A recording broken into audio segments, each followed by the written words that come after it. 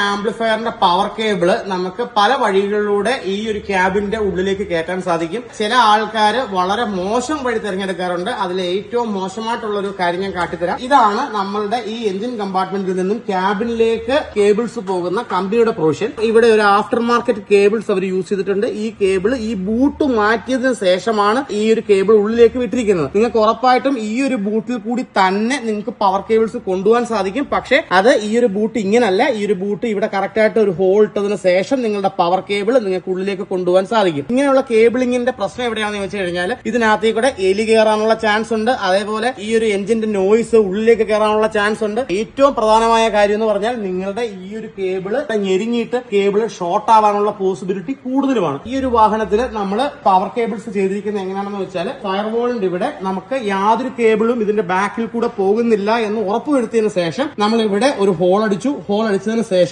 ഈ ഒരു ഗ്ലാൻഡ് നമ്മൾ ഇവിടെ യൂസ് ചെയ്തു. ഇതിനൊരു മെയിലും ഫീമെയിലും അഡാപ്റ്റർ ഉണ്ട്. ഫീമെയിൽ അഡാപ്റ്റർ മുറുകി കഴിയുമ്പോഴത്തേക്ക് ഈ കേബിൾ ഒരു കാരണവശാലും തിരിച്ചു വരികയോ അകത്തേക്ക് പോവുകയോ ചെയ്യില്ല. ഇവിടെ ഈ ഫയർവാളിന്റെ ഈ ഒരു ഭാഗത്തായിട്ട് ഒരു പ്ലാസ്റ്റിക് പീസ് ഈ ഒരു കിയായിക്കുണ്ട്. ആ ഒരു പ്ലാസ്റ്റിക് പീസിലും ഒരു ഹോൾ ഉപയോഗിച്ചിട്ട് നമ്മൾ ഈ ഒരു ഗ്ലാൻഡ് യൂസ് ചെയ്തു. പവർ കേബിള് പുറത്തേക്ക് വരുന്നതും ആ ഒരു ഗ്ലാൻഡ് ത്രൂ ആയിരിക്കും. നിങ്ങൾ നിങ്ങളുടെ കേബിൾസ് യൂസ് ചെയ്യുമ്പോൾ നിങ്ങൾ മാക്സിമം കെയർ ചെയ്യുക. വളരെ നല്ല രീതിയിൽ തന്നെ ഈ കേബിൾസ് കാറുകളിൽ ചെയ്യാൻ ശ്രമിക്കുക.